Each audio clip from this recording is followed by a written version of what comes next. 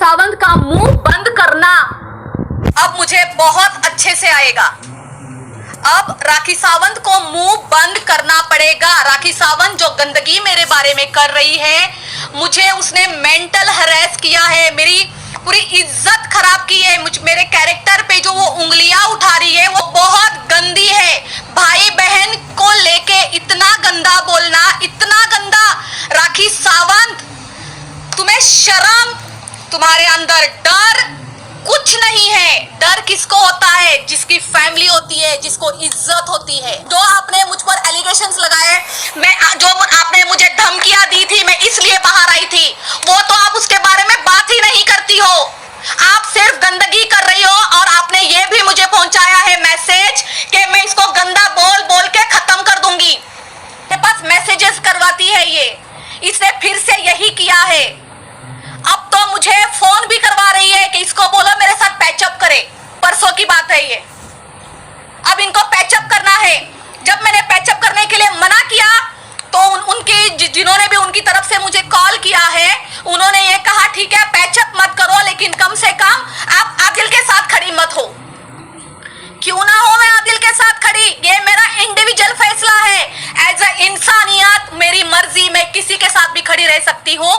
मैं अपना खुद लड़ रही हूँ, मेरे लिए आदिल नहीं लड़ रहा है, लेकिन मैं अपना भी लड़ूंगी, साथ में आदिल का भी लड़ूंगी। एज अ इंसानियत मैं खड़ी हूँ और मैं रहूंगी। उड़ाना है। जी जी जी, मैं राखी सावंत की तरह झूठ नहीं बोलूंगी कि मेरा मिमिक्री किया गया है। बिल्कुल नहीं, वो आवाज मेरी है। वो रिकॉर्ड पूरा नहीं है, मेरे पास भी वो है, मैं आपको दोबारा से सुनाना चाहूंगी। वो रिकॉर्ड मैंने नहीं किया है, मुझे भी घूम घूम के आया है, जो शर्लिन ने किया है। प्लीज शर्लिन, ऐसा नहीं है। मेरी मम्मी ने ना सब देख लिया इंस्टाग्राम पे, मेरी मम्मी भी है, तो बहुत परेशान हो गए थे, रोने लग गए आज। बस मैंने उनको वादा किया कि हाँ ठीक है मम्मी, हम मेरे लिए सारी बात नहीं करेंगे। इसलिए बस हमें राखी को तो उड़ाना ही है, उसको छोड़ना नहीं है, उसके पीछे तो हम पड़ेंगे ही पड़ेंगे। इस वजह से कह रही हूँ, बस हम लैंग्वेज को थोड़ा सा चेंज कर देते हैं। ये बताती हूँ मैं कब की बात है। तुम जैसी बेवकूफ अरे रे दुनिया में मिलते बहुत, हम केस करेंगे इस पे।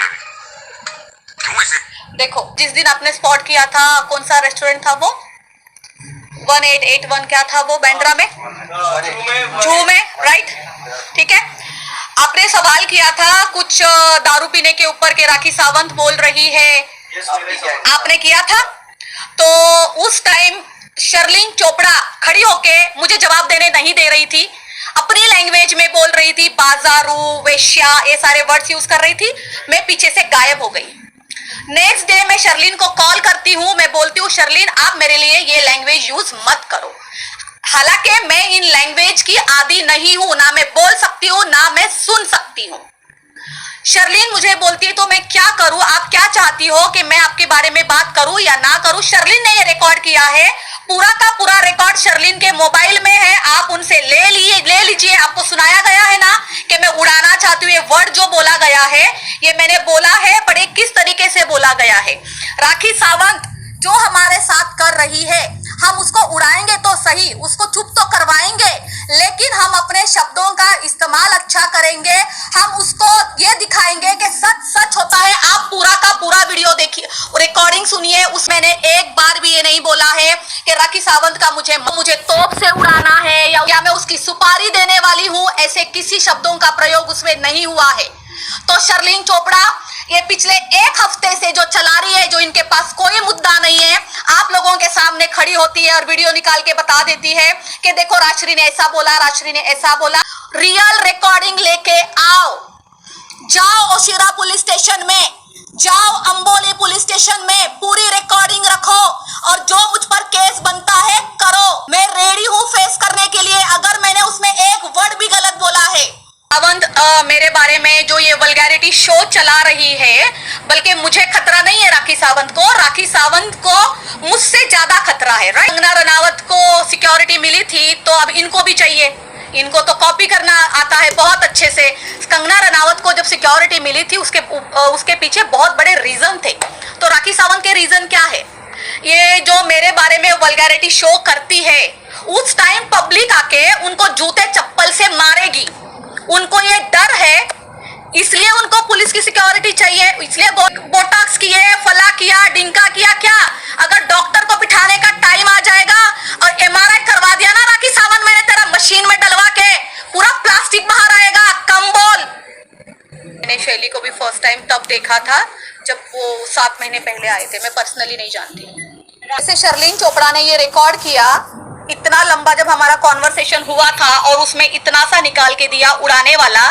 ये लोगों का काम ही यही है कि ये सोचते हैं कि आज हम किसकी रिकॉर्डिंग करेंगे, आज हम किसको टारगेट करेंगे।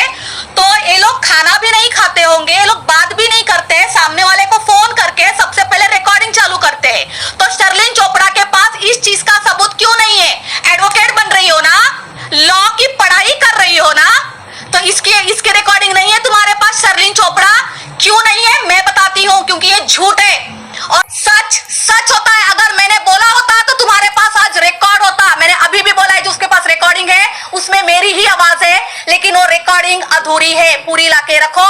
और अभी भी जो बोल रही है ना, तुम्हारे पास एक तो ना कुछ मुद्दा नहीं है मीडिया में आने का, 1 वीक हो गया, 2 ही चीज है तुम्हारे पास। राश्री ने बोला उड़ाने के लिए, और दूसरी झूठी चीज, राश्री मुझे एलिगेशन कर रही है, मेरे भाई बहन के रिश्ते पे ये बोल रही है कि ने मेरी जिंदगी बर्बाद कर रखी है। तुम कहां बीच बीच में साड़ी पहन के घुस जाती हो? करो ना अपना काम कुछ। मैं आप लोगों को एक रिक्वेस्ट करना चाहती हूँ, हाथ जोड़ के, बार बार एडवोकेट का नाम बीच में ना लिया जाए। एडवोकेट मतलब बहुत बड़ी बात होती है, उनकी बहुत रेस्पेक्ट है। आज फाल्गुनी ब्रह्मट कोई नॉर्मल चीज नहीं है। अगर आज वो राखी के साथ खड़ी है, इसका मतलब क्या वो राखी के लेवल की हो गई? राखी कुछ भी बोलेगी और आप लोग वही सेम सवाल करते हैं पूरे दुनिया को। सबसे पहले तो एडवोकेट का नाम आप इसमें से बाहर निकालिए। वो बहुत अच्छी लेडी है, बहुत प्रोफेशनल है। उसकी दुबई राखी के बाप का है क्या? मैं कहीं पर भी रह सकती हूँ, कुछ भी कर सकती हूँ, दुबई के 5 स्टार में भी रह सकती हूँ, दुबई के कोई भी 2 स्टार में भी रह सकती हूँ। राखी जो भी बोल रही है सिर्फ और सिर्फ एलिगेशन है, प्रूफ के साथ बाहर आए। दूसरी बात, राखी को क्या करना है? मैं 15 दिन रही, महीना रही, 2 महीने रहूं, 6 महीने रहूं, मैंने कभी राखी को पूछा कि आप हर 15 दिन दुबई में जाते हो, आप क्यों जाते हो? मैंने कभी सवाल नहीं किया है। मैं आज भी ये कर रही हूँ, इनसे मैंने प्रेस कॉन्फ्रेंस की है, उसके दूसरे दिन से राखी जो गंदे मुझ पर आरोप लगाती है, मैं सिर्फ उसका जवाब दे रही हूँ। कब मैंने किसी के पास ये स्टेटमेंट दिया है राखी के बारे में, मैंने एक भी एलिगेशंस लगाया हो कि राखी ऐसा करती है, राखी ये करती है, राखी की पर्सनल लाइफ ये है, कभी मैंने उसके बारे में कुछ नहीं बोला है। मेरे पिछले 15 दिन इसी में जा रहे हैं जो राखी मेरे बारे में गंद बोलती है, मैं अपने आप को क्लीन चीट दे रही हूँ। और अब राखी ने हद पार कर दी है। 12 साल से लोखंडवाला मार्केट में मैं इज्जत का काम कर रही हूँ।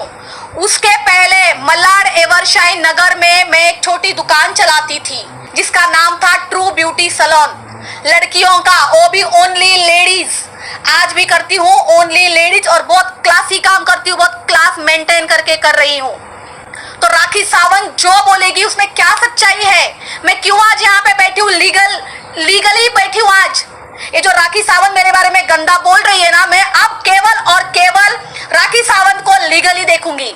राखी सावंत एक गंदगी का समुंदर है और समुंदर कभी खत्म नहीं होता है।